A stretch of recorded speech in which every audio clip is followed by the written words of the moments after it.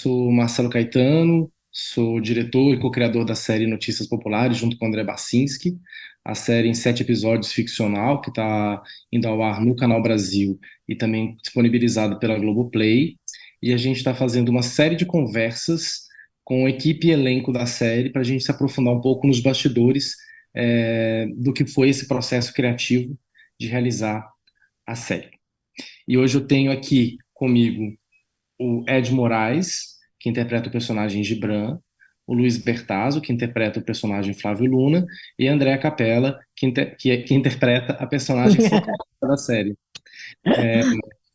Vou começar com várias perguntas, eu fiz aqui uma pautinha, e depois a gente tem uma conversa entre nós, a gente pode fazer perguntas de um para o outro. Eu vou começar aqui com a Andréa, né, porque eu acho que a gente escuta muito pouco, né, as diretoras de fotografia e diretores de fotografia explicando os processos deles, né? A gente muitas vezes escuta direção, roteirista, assim, a gente tem inúmeros cursos, labs e tudo sobre roteiro. Os atores dão muita entrevista, mas raramente a gente escuta, tem a oportunidade de entender como é que foi o processo de criação da imagem, e da fotografia de um projeto audiovisual, de uma obra audiovisual. E aí eu queria começar perguntando para a Andréia que geralmente quando a gente faz uma reconstrução de época, a gente fica muito atento, né? A maioria das pessoas, quando ela observa uma reconstrução de época, fica muito atento a objetos, a figurino, a cortes de cabelo, a penteado, porque esse imaginário das coisas materiais transportam as pessoas um pouco para a época, né? Então você imediatamente associa uma máquina de escrever a um determinado período, um computador, um celular tijolão a outro período, um mullet aos anos 80. Então tem uma série de características que vão trazendo a gente para uma viagem de época. E eu queria saber como é que a gente faz isso na fotografia. Como é que você pensa isso na fotografia, se é possível fazer, e como é que você dialogou com o início dos anos 90 na concepção da fotografia da série. Ah, ótimo. É verdade, né? A materialidade da arte deixa a gente conecta muito mais rápido, né? Ao mesmo tempo, quando você tem uma imagem que ela não te remete, cria um certo estranhamento. Então, acho que a primeira coisa é fazer uma pesquisa, uma grande pesquisa, né? A gente sempre fez esse, não é a primeira vez que a gente colabora. Eu gosto muito da forma com que eu acho que, de certa forma, o processo colaborativo que eu tenho com você e com outros diretores me leva a fazer uma grande gama de ampliar meu horizonte para aquele momento. Os anos 90 exatamente é uma época que eu vivi bastante, então eu tinha também a minha própria memória que eu quis também trazer para dentro disso, né? E acho que é, o que que é, né? Eu acho que a primeira coisa é pensar o universo, né? Que universo é esse? Porque por mais que a gente queira, são várias imagens para diversos universos. O universo do NP é esse universo que tem uma certa, que a gente pode pensar uma saturação num sentido grande, né? Por exemplo, saturação é uma questão que é uma saturação tanto de informações, quanto de camadas de imaginação, quanto de intensidades que estão ali e que tinham, para mim, e foi uma conversa nossa de estar refletido no processo de construção dessa imagem, da fotografia. A gente, de certa forma, faz primeiro esse apanhado de imagens, tanto imagens de época quanto imagens que remetem, cria, digamos que eu, a gente tenta, vai se cercando de referências, e essas referências contaminam o nosso processo, a nossa imagem. A gente tem que ver bastante, olhar bastante, para poder conseguir se sentir à vontade. Porque, querendo ou não, né, a gente está hoje em dia em 2023, a gente está fazendo uma série de 1990.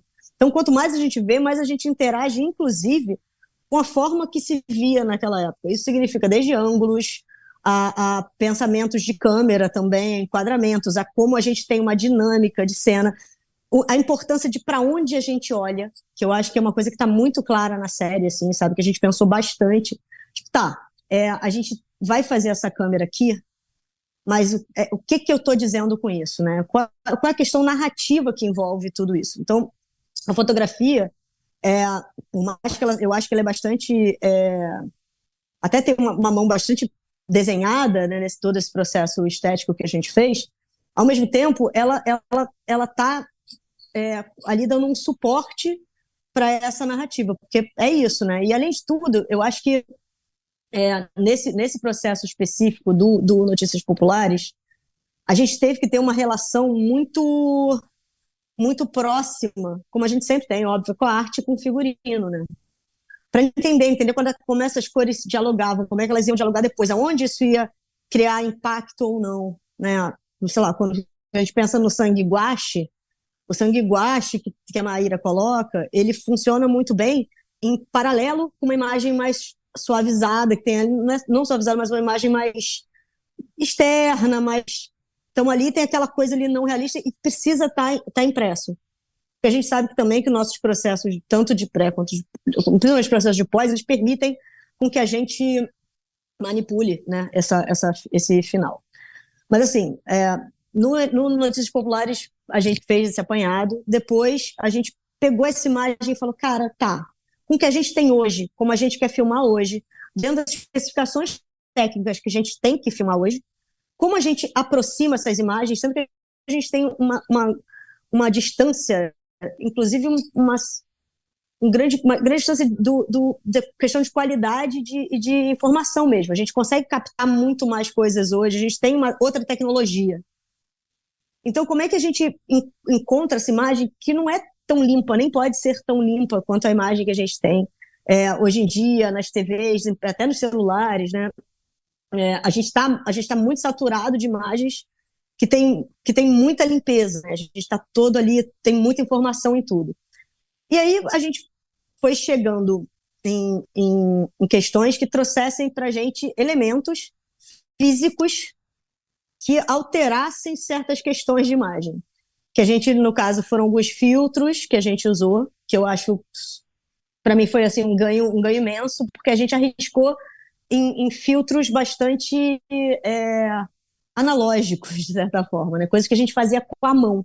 E essa coisa do analógico, do fazer com a mão, do tipo, do tentar e dessa gambiarra, foi uma coisa que a gente trouxe em toda a série, porque eu acho que também tem uma coisa que tem a ver com esse jornalismo, que ia se organizando, assim, né, nesse ponto. A gente tentou, por exemplo, na hora de usar o zoom, ao invés de a gente usar aquele zoom limpo, a gente lembrou de como eram os zooms mais anteriores, a gente não tinha tanto controle, os motores não eram tão bons, a gente resolveu usar o zoom mais na mão, usou uma lente mais antiga para trazer uma outra textura nessa imagem. Quando a gente está falando de textura na imagem, é para quando a gente, de certa forma, conseguir tocar nela. A gente sente que essa imagem não é uma imagem contemporânea. E essa forma do manual, do artesanal que a gente trouxe para a série, acho que contribui para esse lugar desse jornalismo que, ao mesmo tempo, era investigativo e criativo, que é como a gente trabalhou, eu acho, dentro do nosso processo. Sim, eu gosto muito de dizer, né, que a gente tem uma tentativa de que o espectador folheasse o NP ao assistir a série. E o NP, ele era um jornal com muita diferença de cores entre as páginas. Você tinha uma primeira página colorida, interior preto e branco, e às vezes vinha um azul no meio do nada. Você tinha diagramações que se entrepunham, que você via que tinha ali uma falta de revisão em alguns momentos. As fotografias, elas prezavam muito mais pela emoção do que propriamente pela execução técnica. Então, fazer o Notícias Populares, né, reproduzir o Notícias Populares, ele tinha que, de uma certa forma, reproduzir essa experiência de ler o jornal, né? Então acho que a fotografia sempre tentou ir um pouco por esse lugar, né? Acho que é interessante quando você fala de jornalismo praticado pelo MP, que parece quase como ele trabalhava dentro de colagens, de remendos, de gambiarras, né? Então a imagem da série ela tem um pouco isso. Eu lembro que uma das primeiras entrevistas que eu dei sobre a série foi para um jornalista da Folha de São Paulo e ele falou, não, mas a trilha, mas a fotografia, mas tudo é meio excessivo. Eu falei, olha, não tem como ser chique.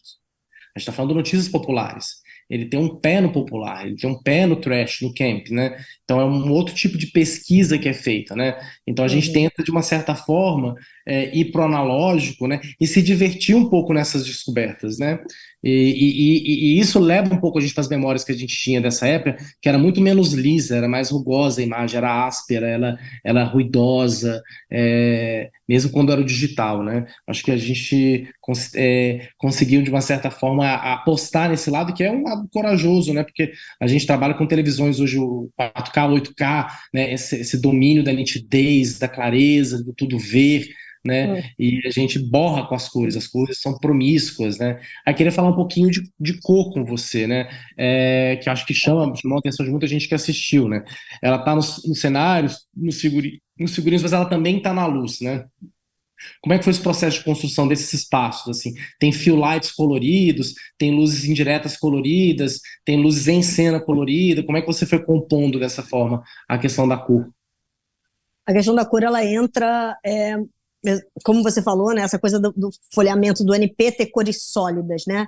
Ele é essa coisa semic, sólido, né? Ele tem isso, tem a ver com isso.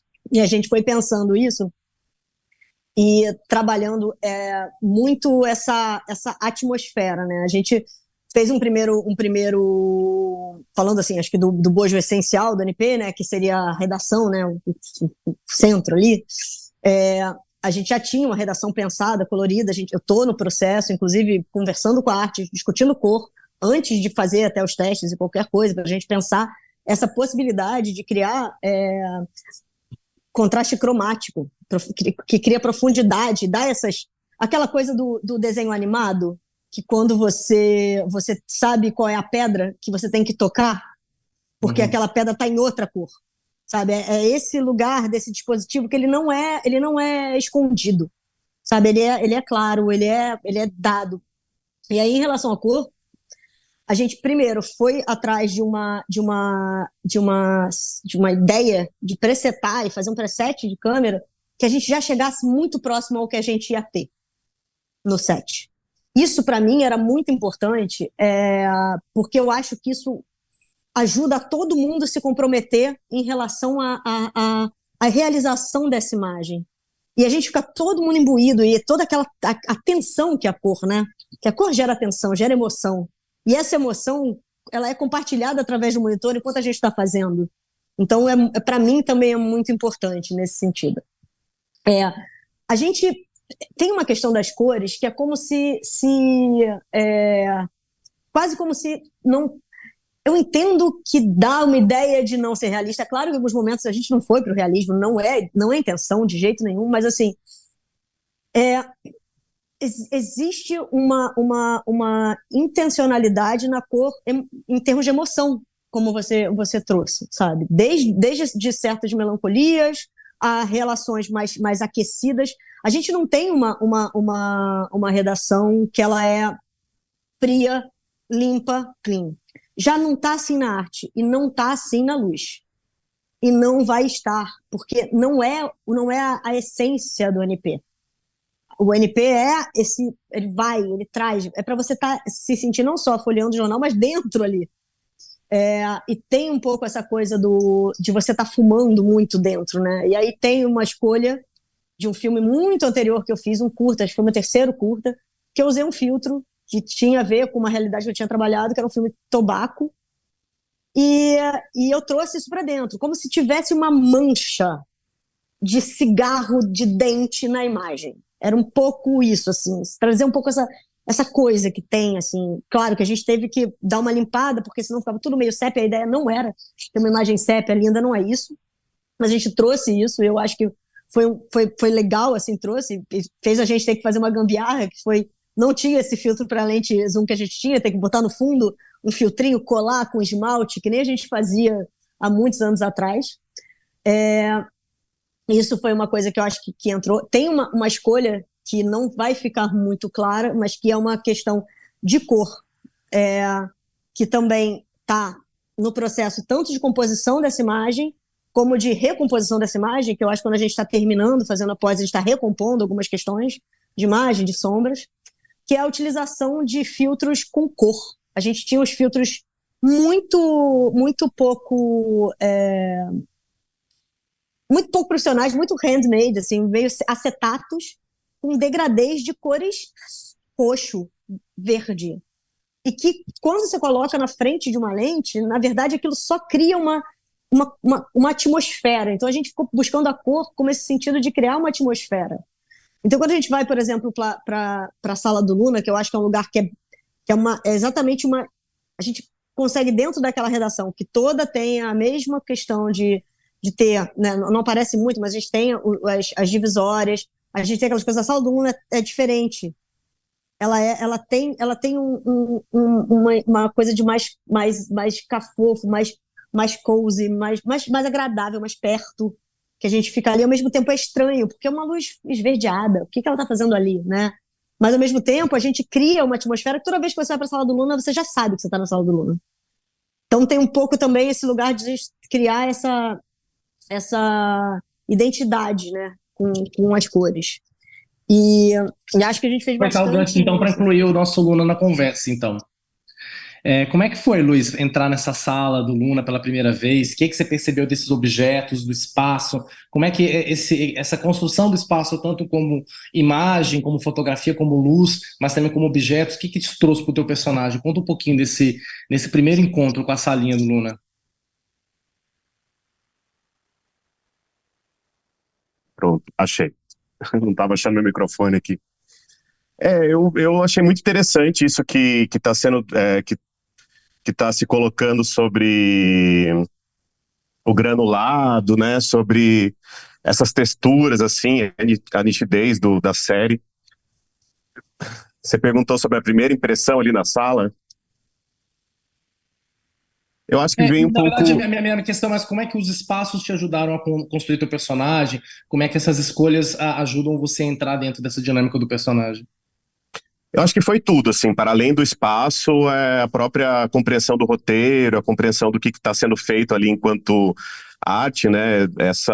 Mas pegando um pouco do gancho dessa história sobre o granulado, eu acho que um pouco o entendimento do onde é que cabe a tua atuação ali, né? Como é que você vai começar a construir o teu personagem a partir daquilo que está sendo dado por uma produção, né? Que é um cenário, que é um roteiro, né? Essas partes mais sobre a narrativa, mas também sobre a própria, é isso da textura, assim, né? Você entender que existe um artesanal ali sendo feito, né? As pastilhas, você vai entendendo que tudo é feito como um artesanal. Existe um certo tom de representatividade, mas também você vê o artesanal daquilo que é feito, né? Que não é a reprodução do real, de fato.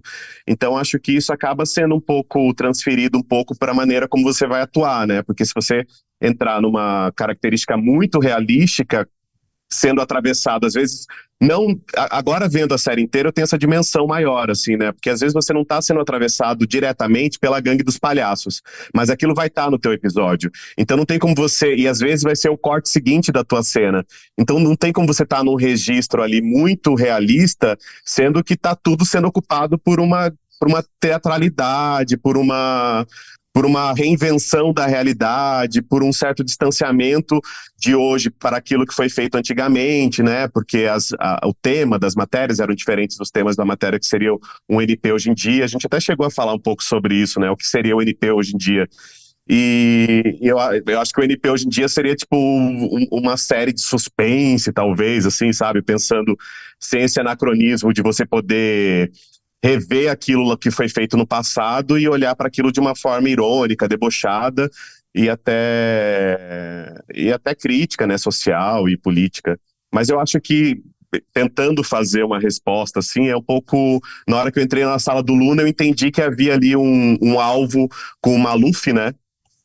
Era com o Maluf com um dardo. Então aquilo ali era uma crítica e uma suspensão de realidade, talvez, do que seria fazer uma série de jornalismo investigativo, quer dizer, nem era investigativo, né? Mas eu digo uma série, sei lá, né? Sobre fatalidades ou sobre essa tragédia cotidiana, assim, né?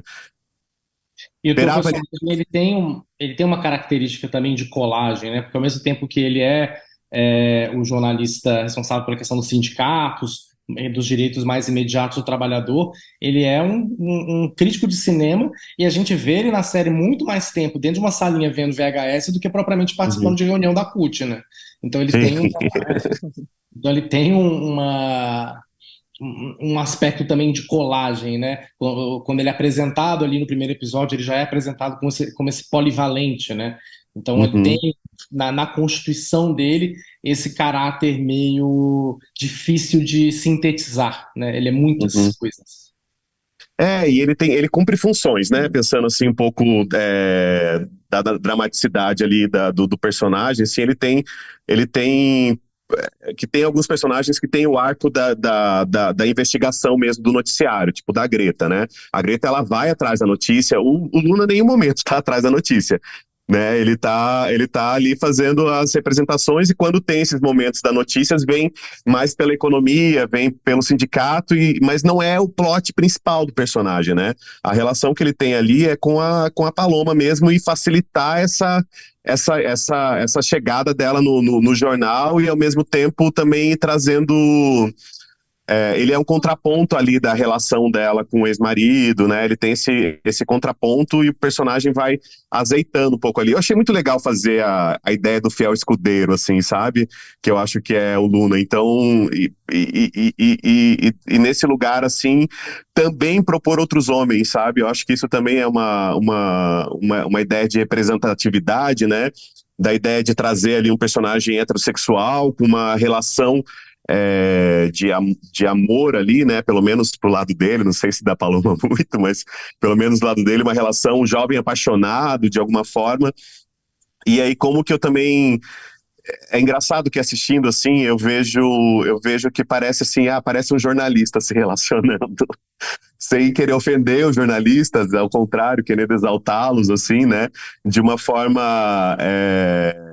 De uma forma investigativa até um pouco, porque eu sinto que o personagem ele vai investigando um pouco a Paloma assim para tentar entender onde é que ele encaixa ali nessa relação. Eu acho que a notícia maior dele é a relação que ele constrói com a Paloma na história. E falando um pouco de cor, de teatralidade, né? Coube ao personagem do Ed Moraes, o Gibran, a função que é a mais conhecida e mais famosa do Notícias Populares, que é a criação das manchetes, né? Existia toda uma expectativa, né, em torno de como é que seria a construção desse personagem, como é que ele traria essas manchetes, porque se o NP hoje é lembrado é justamente pelas suas linhas iniciais da capa, do que propriamente pelas suas apurações, pelo teu caráter investigativo e tudo mais. Como é que foi essa criação do mancheteiro? Você se considera uma boa pessoa? Se eu te desse uma manchete para criar agora, você conseguiria criar, Ed? Olha, eu acho que o NP tem uma cara de que vamos fazendo mil coisas ao mesmo tempo, né? Ninguém faz uma coisa só. Eu acho que é um pouco, é um trabalho artesanal que a gente vai entendendo na prática ali, e isso está em todos os personagens. Então, virar um exímio mancheteiro se tornou uma necessidade real para se vender jornal, era para se pagar o salário de todo mundo. Então, a impressão que eu tenho é que o Gibran aprendeu na marra como é que funcionava, por ser, inclusive, um profundo entendedor dos meandros do NP, né? Ele é o cara que entrou, tá lá, há 22 anos, é uma vida inteira, entrou como foca, ronda as bancas de jornal, fica por dentro do que está acontecendo, quanto vendeu, quanto não vendeu, qual foi a tiragem, entendeu? Numa edição X, que vendeu muito, e traz essas informações, inclusive, para a Paloma em alguns momentos. E eu acho que criar essas manchetes, conquistar esse público, foi uma necessidade do NP e que eu acho que o Gibran trouxe um pouco para ele. Na falta ali, né, de, de conseguir na redação chegar a esses locais, de tremenda comunicação com o público, eu acho que ele encontrou ali de uma forma debochada, muitas vezes, e entender essa comunicação com o público. Então, funcionou. Eu creio que o Gibran foi encontrando oportunidade. Assim como ele era foca, ele achou uma oportunidade, foi crescendo, e assim como vemos na série, ele buscando ainda crescer. Eu vejo no Gibran um cara muito ambicioso.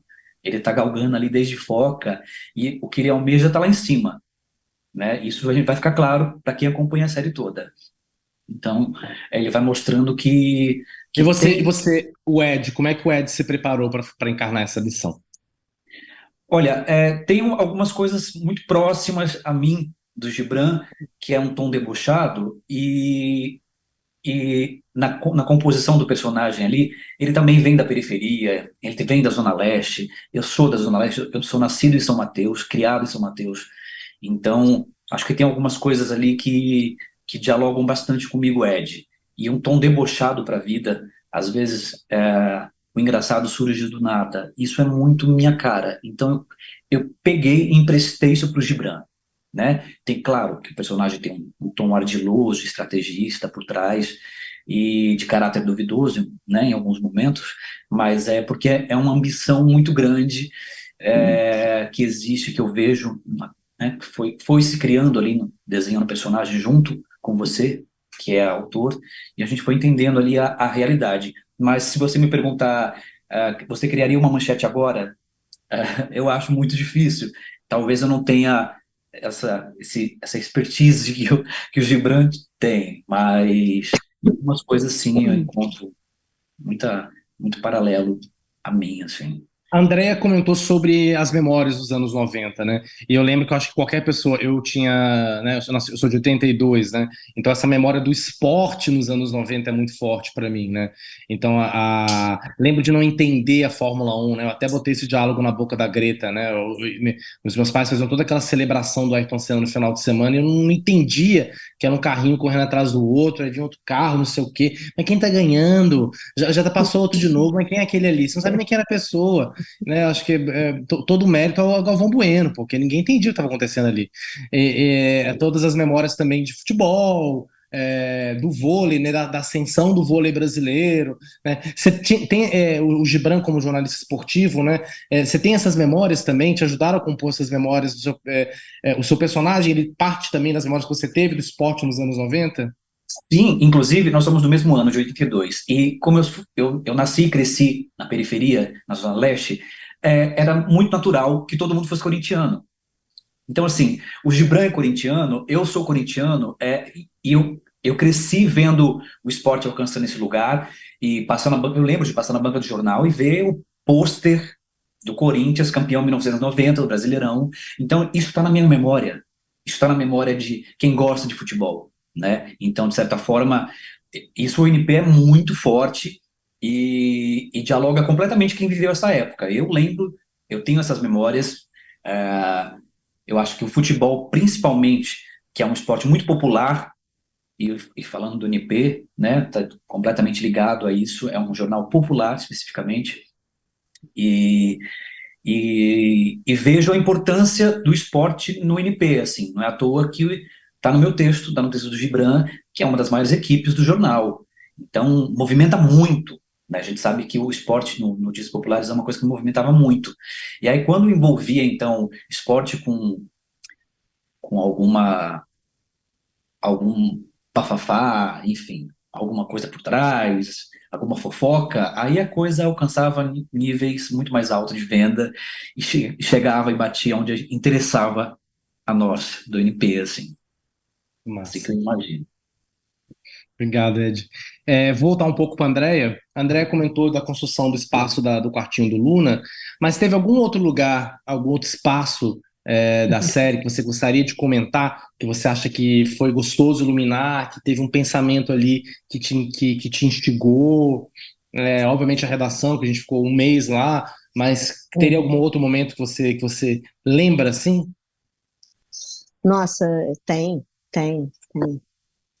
Tem um que eu acho que eu gosto muito, assim, que foi uma solução super simples, que a gente fez bastante rápido, que era uma locação que a gente não tinha conseguido, né, visitar tipo, visitou no meio da série, né, que a gente teve isso, né, a série tem esse ritmo muito potente, né, muito vigoroso, assim, que é, que é a cena, até que você botou a foto hoje da atriz, cara, nossa, esqueci o nome dela, que é uma Da cena Kelly de uma, Campelo, é é, a casa da Mirtes, da Kelly a casa Campelo, e da da mãe que tem Mirtes. um filho A assassinado Casa da pelo Mirtes. Porca-Gato, né? É, a Casa da Mirtes. A Casa da Mirtes é uma casa que.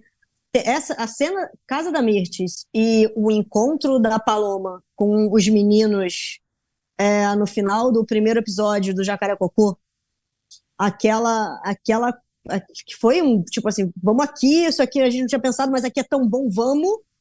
E aí, vamos, enquanto a gente estava fazendo a cena, eu já tinha meio preparado, chegar lá e ter essa intensidade dramática que tem, aquele espaço que a gente acabou descobrindo, essas descobertas que a gente faz, esse lugar que a gente chega e fala, vamos fazer de um jeito simples, vamos criar de um jeito onde o contraste traga para a gente um pouco dessa emoção, vamos trazer um pouco do que está em volta, né? Eu gosto muito dessa coisa de aproveitar o que a gente tem, né? De a gente sempre trazer um pouco do que a gente pode de fora, assim.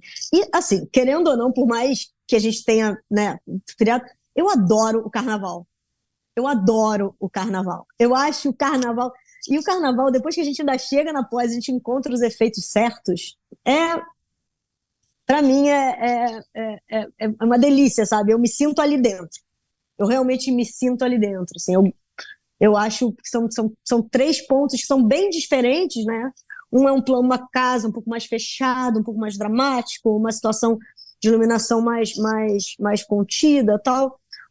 E eu gosto muito, eu não sei, ainda não chegou, acho que eu gosto muito da cena de sexo também do Luna com a Paloma, que a gente dá uma invertida, que a gente cria ali realmente, assim, eu acho que nesses momentos onde a gente está em lugares que a gente já conhece, que a gente transforma também a luz, a gente entende muito essa intenção de trazer emoção com a cor, né? Essa coisa da cor ter uma profundidade, da cor gerar emoções, né? Que eu acho super, super bacana. Vou puxar mais um gancho aqui para o Luiz, então. Você, quando eu te convidei para participar, a gente começou a ensaiar, você se declarava muito fã da Luciana Paz. E depois você usou agora o termo fiel escudeiro. Como é que é trabalhar com uma pessoa que você é fã, né, uma ídola como a Luciana? Exerce algum tipo de pressão sobre você? Como é que você se sentiu? Exerce um pouco, mas cada vez menos. Mas naquela época, sim, bastante. Agora, eu fiquei um pouco tenso nos primeiros dias de ensaio. Fiquei meio, ai, o que eu vou fazer aqui? Como que vai acontecer? E também, mas a Lu também é muito. Ao mesmo tempo, eu tinha uma segurança de conhecer a Luciana do teatro. Então, eu sabia que ela era do teatro e eu também sou do teatro. E eu sei que jogar é uma coisa que o teatro propõe muito, assim, o jogo de escuta, e ela de companhia, então eu sabia que eu tinha esse lugar para acessá-la. De primeiro, assim, né? Para além da minha ídola, naquele momento ali, tinha esse lugar que eu tinha para acessá-la. Então, eu acho que a gente se conectou nesse lugar da atuação, sabe? De ela me escutar, eu escutar, a gente jogar um ao outro. Eu tava um pouco nervoso no começo, assim, a cena do sexo foi uma das primeiras, se não a primeira que eu gravei. Não foi a primeira que eu gravei, mas foi a que eu gravei uma ceninha pequena ali com o Lucas, mas foi a minha primeira grande cena gravada, assim, do NP. Então eu tava um pouco tenso, mas não sei, histórias de bastidores, né, que a gente tem que contar aqui. É porque acho que as pessoas não... o Lucas Andrade, que interpreta o Adilson, ele estava com o filme selecionado para a competição do Festival de Locarno, o Regra 34, Uhum. que acabou ganhando o melhor filme em Locarno. E o Lucas estava muito na dúvida se iria ou não para o festival, porque isso afetaria algumas cenas dele, teriam que cair, a primeira Uhum. diária dele seria um sufoco, né?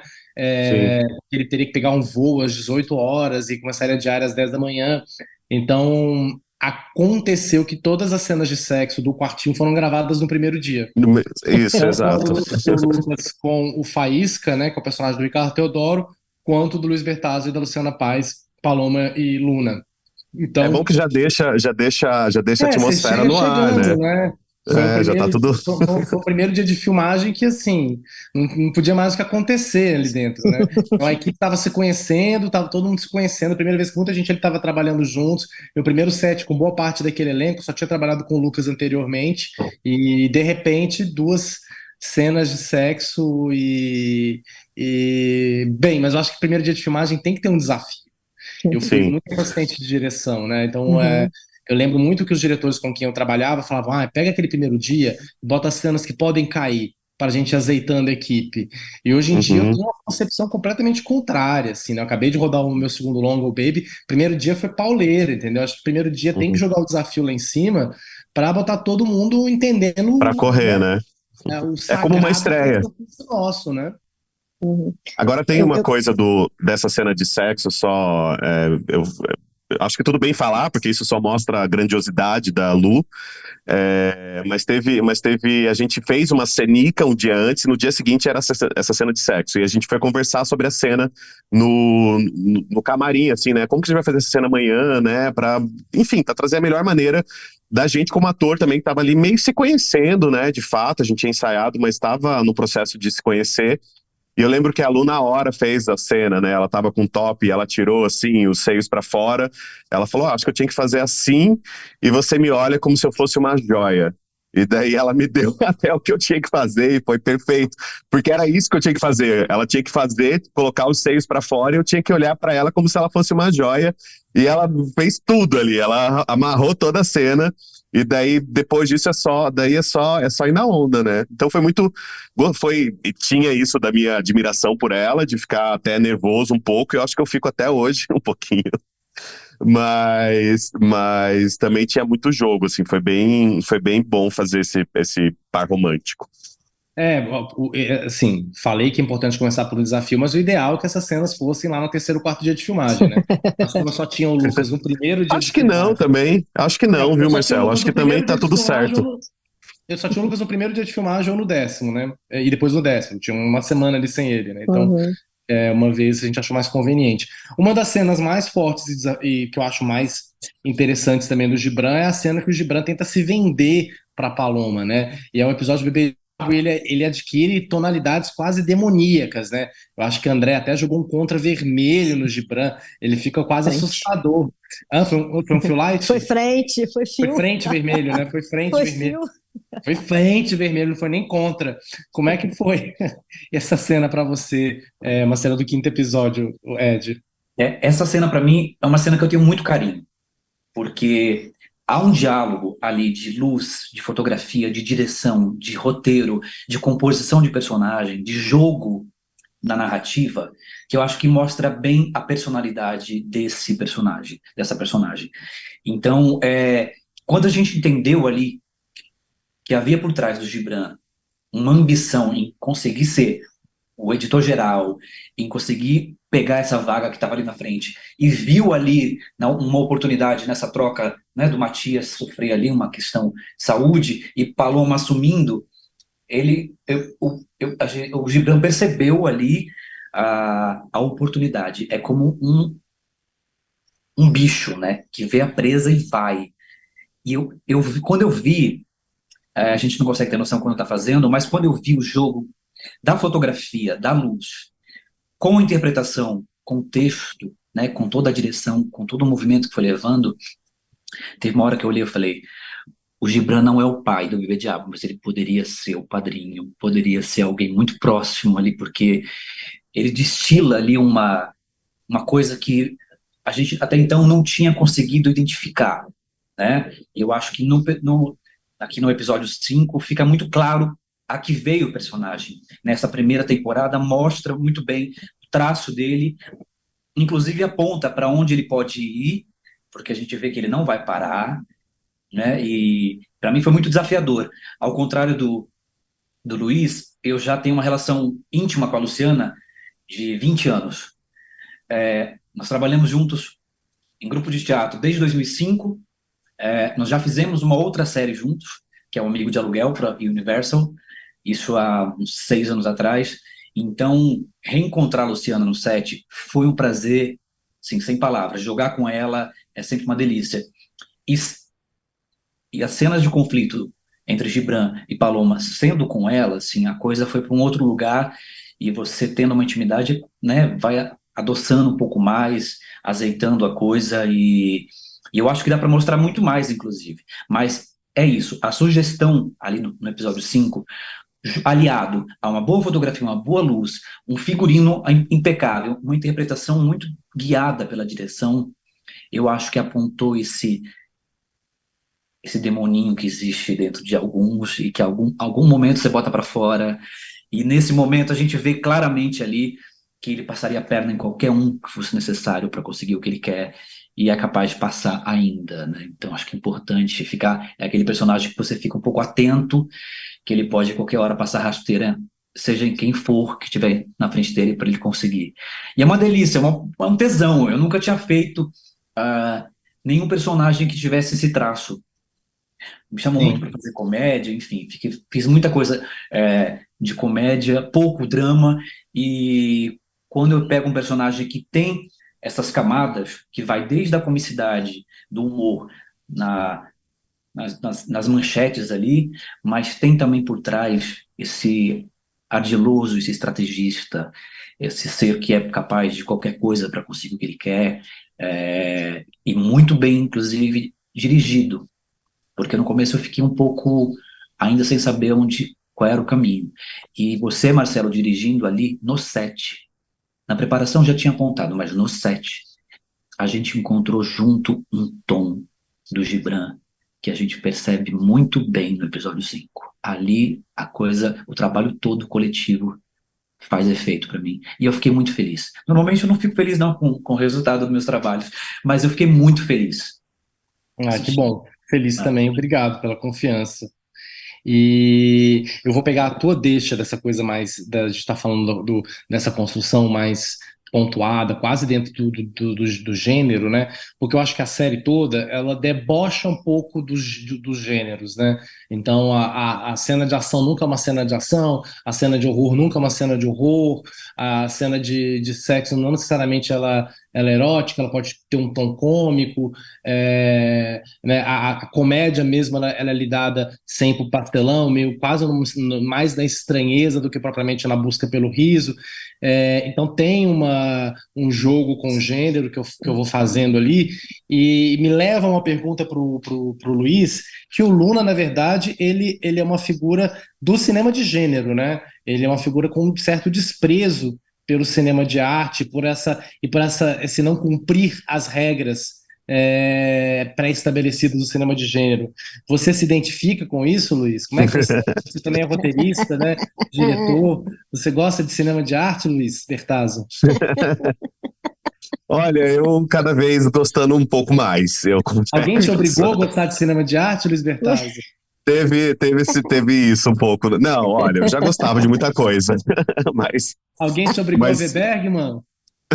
mas sim, você me obrigou a ver muita coisa.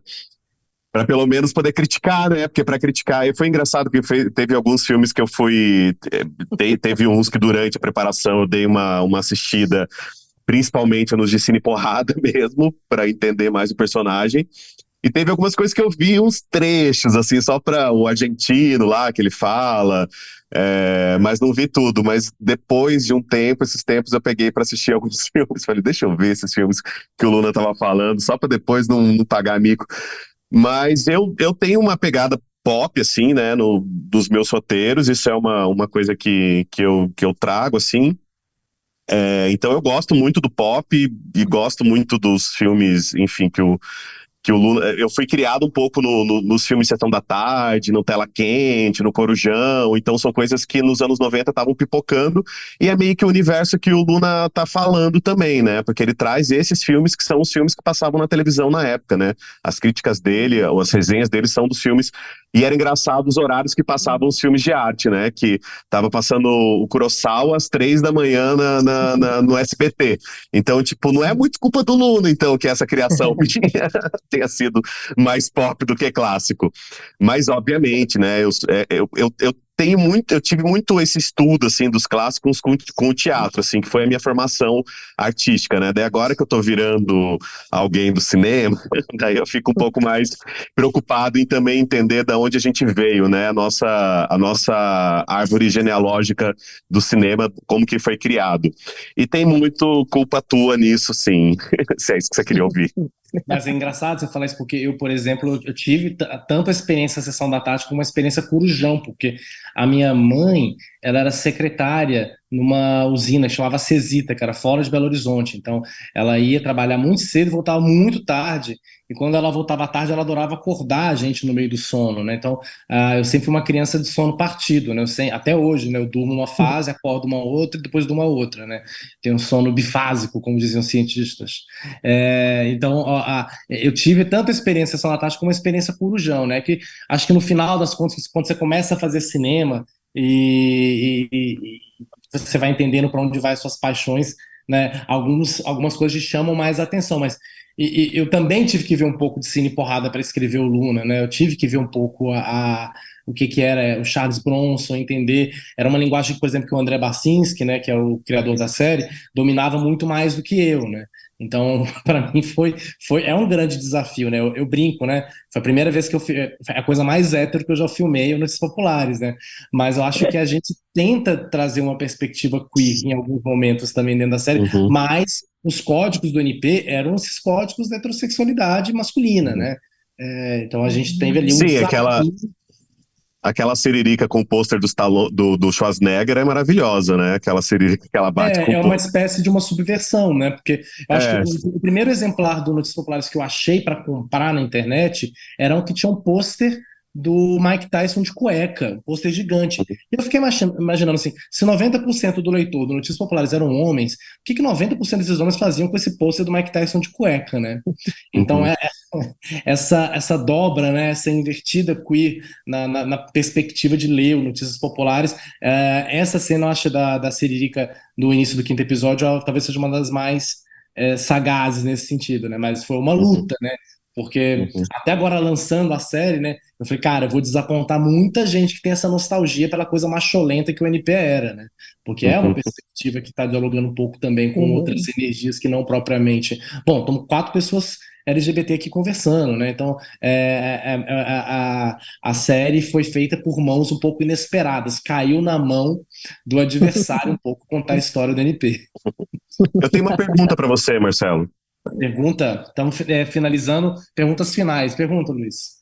Eu queria saber, assim, sobre essas referências bem latinas, espanholas, sabe? Tipo, essa vinheta que vem um pouco do Almodóvar, que daí não seria latina, né? Mas eu acho que também tem uma coisa da latinidade, assim, nos planos e nos tempos e na piada. A comédia, o humor dele é um humor que não é o humor que a gente no Brasil tá um pouco mais acostumado, né? Que vem um pouco lá do Oscarito, né? E que esse humor que é muito popular, e daí é um humor que tem uma certa dinâmica de um refinamento de uma comédia que é feita no Brasil também, não é um produto estrangeiro, mas que tem uma certa latinidade, assim, tipo, também roubando um pouco lá da Espanha.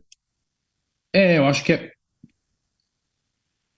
é fácil e é difícil dizer, né? Porque a minha cinefilia é uma cinefilia dos anos 90, né? Eu cresci nos anos 90, frequentando o cineclube dos anos 90, então era o auge do Almodóvar. E o Almodóvar, ele era um autor proibido, né? Porque ele era queer, porque ele era cafona, porque ele era exagerado, ele era melodramático, né? Então era um proibido que me atraía muito, né? Então quando eu via a maioria dos meninos da minha geração ali mergulhando em Godard, Bergman, eu adorava o Almodóvar, eu adorava o Wong Kar-wai, eu adorava esses cineastas que lidavam com excesso, né? Então acho que não tinha como, ao olhar para os anos 90 e o Almodóvar não veio muito forte. E a latinidade, eu acho que eu viajo muito por países da América Latina, eu sou bem obcecado pela América Latina, e eles lidam muito bem com uma cafonice, assim, o brasileiro é elegante, né? O brasileiro é elegante. O nosso samba, a gente tem uma elegância, assim, né, no tratar das coisas, nas manifestações populares, né? Você viaja pelo sertão, você vê como é tudo muito elegante, tudo muito refinado. E os latinos, em geral, eles têm uma relação muito boa com a cafonalha, com o trash, com o colorido. Eu lembro de uma vez passando na frente de uma loja do México de roupas femininas e falei assim, nossa, uma loja de drags. Aí quando eu entrei não era uma loja de drags, era uma loja de roupas comuns que as mulheres usavam. Então acho que é um desses aprendizados. E talvez tenha calhado um pouco também que a revisão final dos roteiros eu fiz quando eu estava passando o mês da Colômbia, né? Então eu estava muito mergulhado em América Latina, estava muito mergulhado no tipo de produção feita, né? Tanto na Espanha como nos países hispanohablantes, assim. Então acho que talvez tenha rescaldado um pouco. Pode perguntar para mim, temos mais 5 minutinhos. Tem mais uma pergunta? Eu não respondi nenhuma pergunta ainda, se quiserem perguntar, pode perguntar. Ah, eu não pensei em outra agora. E a sua relação então, teria com os atores, assim, você gosta muito de Você é um diretor de atuação, assim, né, no set. Você gosta de entrar na cena, de fazer junto, de apontar caminhos de dentro da cena, não só lá de fora, lá de trás das câmeras. Você entra no set, você atravessa ali atravessa no bom sentido, né, a nossa interpretação e isso vem de que vontade, assim, né, o que que você enxerga? Eu acho que, enfim, né, você foi produtor de elenco e é ainda, talvez, não sei, mas você tem essa coisa do elenco muito forte em você, né? Eu acho que é uma triangulação, né? É o elenco, a câmera e eu, né? Então eu sou o terror dos editores de som, porque eles passam metade do tempo deles limpando a minha voz das cenas. Porque eu gosto de interferir, propor, eu não gosto de cortar, eu gosto de repetir sem cortar, então vai repetindo, repetindo, repetindo, repetindo a cena. Então acho que tem uma espécie de ritual, de transe, assim, que eu entro um pouco no set. Assim, eu tenho que estar sentindo a emoção do que está acontecendo para achar que aquilo ali funcionou. Então, dessa forma, eu me sinto muito partícipe um pouco da atuação, né? É, obviamente que a gente acabou de fazer um longa juntos, eu e o Luiz, né? É muito diferente, né? O tempo que você tem para fazer, o tempo que você tem para errar, o tempo que você tem para poder reencaminhar as cenas, tudo mais é muito diferente, né? Assim, então, mas a gente tenta na série, de uma certa forma, construir esse jogo, mas é um jogo muito mais catártico do que um jogo que para e pensa e vai e avança, para e pensa e vai e avança, que é um longa, né? É, Uhum, Acho que são duas experiências muito ricas e uma informa a outra, né? Hoje eu tô muito mais ágil dirigindo cinema do que eu era no Corpo Elétrico. Muito mais ágil. Se eu sei que uma coisa não está funcionando, eu já reverto toda a energia na hora e já vou para outro lugar. Né? Eu não fico uhum, esperando o 20º take com todo mundo olhando para mim com uma cara, tipo assim, não tá acontecendo, né? Então a gente vai. A série, para mim, elas foram muito importantes nesse, tanto a Hit Parade quanto os Explorados nesse lugar, sabe? De que entender que esse jogo com a atuação ele tem que ter quebras. Ele tem que ter quebras. Ele não pode ficar o tempo todo voltando a uma matriz para uma nova tentativa, para uma memória de ensaio. Não, a experiência está dada aqui. A gente tem tudo que está acontecendo aqui. A gente tem uhum, tudo. O universo está todo montado aqui para a coisa acontecer. Foi por um caminho, não foi esse caminho, vamos reverter a energia e vamos para outro lugar. Né? Então, esse dinamismo de direção de séries. Né? Óbvio que a gente fica exausto no final, né? Também tem essa diferença. Né? Eu terminei um longa faz 4 dias, eu tô ótimo, fui para natação ontem. Terminou de faculdade, acho que eu fiquei 2 meses de cama. Então, burnout, né? A gente sofre um pouco na pele a série, mas é muito gratificante. Foi muito gratificante ter vocês aqui. Nosso tempo terminou. Foi muito instrutivo, tanto para entendimento de questões de fotografia. André sempre explanando muito bem, e Luiz e Ed aqui trazendo muitas informações também na construção deles. Notícias Populares vai ao ar todas as sextas-feiras no Canal Brasil, às 22h30. E fica reprisando lá dentro do canal. Quem tem TV a cabo pode ver no Now e quem tem Globoplay pode ver no Globoplay mais canais. É isso. Um beijo para vocês. Obrigado. Até Valeu. Tchau. mais. Tchau. É. E assistam aí as aventuras desses jornalistas. Um beijo.